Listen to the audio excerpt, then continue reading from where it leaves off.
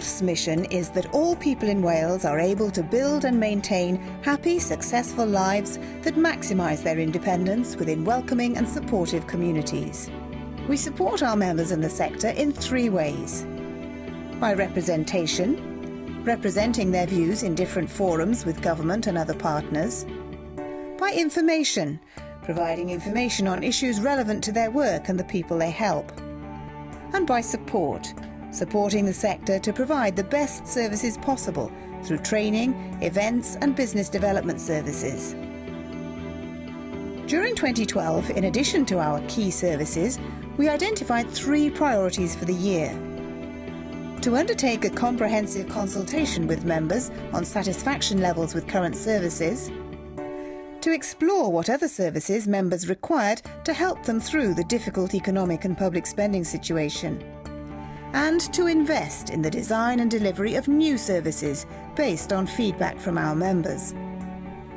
The consultation demonstrated a high level of satisfaction, but also highlighted where we could improve to help the sector remain sustainable in the current economic climate. It led to a number of developments for the organisation which have already had an impact in how we communicate with our members, in the development of new services, in refining staff roles to deliver the changes required, and in instigating a commercial viability assessment of proposals requiring significant investment.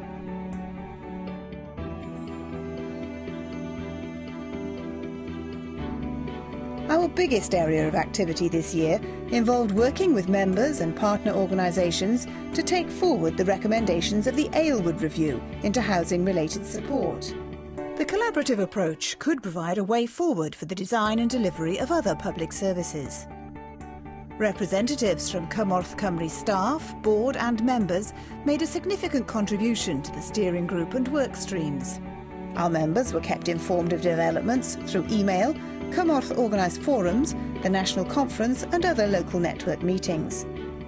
Cymorth continues to represent the views of members on the steering group that has overseen the implementation of the programme, and of members on the Supporting People National Advisory Board set up as a result of the review and chaired by the Minister for Housing, Regeneration and Heritage.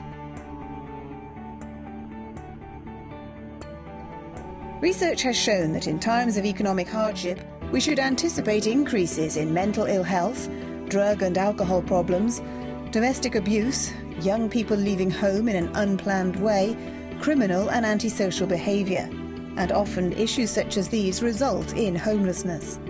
Our members in some parts of Wales are reporting an increase in demand for these services at a time when their funding is being threatened. In representing, informing and supporting our members in this area, we worked with Welsh Government and partners on the development of homelessness legislation. We supported the development of new ideas to meet the needs of homeless people, such as the Housing First model. We completed the setup and continued to maintain the database of services available to veterans faced with homelessness on the Cymorth Cymru website. We facilitated the Rough Sleeper Cymru network and liaised with partner organisations across the UK and Europe to share emerging experience and practice. The impact of changes to the benefit system for the people using our members' services is a huge area of concern. This year we worked with several partner organisations on activities that aim to help the sector understand the changes and the likely impact. This included producing briefings and updating our training programme, representing our members on a Welsh Government-led group monitoring housing benefit changes, working with umbrella organisations from across the UK to respond to consultations around housing benefit reform.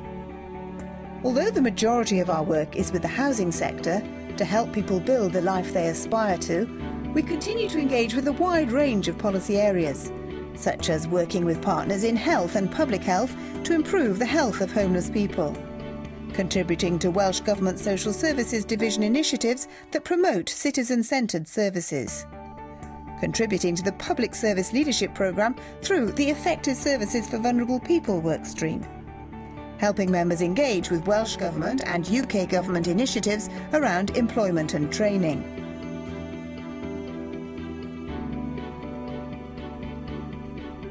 Based on a collaborative approach with our members, we now have a clear vision of our workforce development programme that utilises a training framework we hope will become the industry standard for all people working in the delivery of housing-related support, homelessness and supported living services in Wales. This achievement has probably been the biggest success of the year, with our training portfolio transformed in terms of breadth, coverage and delivery. For the second year, we presented our national conference in collaboration with Public Health Wales. The theme for the year was See the Future, and thought-provoking contributors included Professor Carol Williams of Manchester University's Centre for Research on Socio-Cultural Change, and Matthew Taylor of the RSA, with the keynote speech from Hugh Lewis, Minister for Housing, Regeneration and Heritage. This year, our Nuts and Bolts events explored different approaches to measuring the impact of services, new ideas in service delivery for people who are homeless or threatened with homelessness, initiatives aimed at engaging and supporting people into work and training, and how to engage with them, ideas around how to ensure housing with care and support continues to be developed when public spending is greatly reduced, how to support young people not in education, employment or training.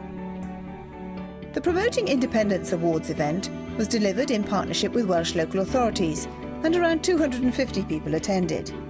10 categories across different kinds of activities and services highlighted the excellent and innovative services the sector provide. They also recognised where local authorities and people using and providing services work together to develop the best services possible. This year, our Life Begins at Home Week successfully engaged with a wider audience through the use of social media. Members were invited to submit blogs which focused on current issues and service innovation, and the arts exhibition was also displayed online. The exhibition at the Wales Millennium Centre also helped us reach a wider audience and share information on the kinds of issues people face that can threaten their home and independence, as well as the services that are there to help. As well as using social media during the Life Begins at Home week, this year we became active users of Twitter and were invited to contribute to 2 blogs on the Guardian website. Furthermore, to highlight issues relevant to our members and sector, we continue to contribute to existing forums, such as the Wales Alliance for Citizen-Directed Support, the No Winterborne in Wales network and the WCVA networks.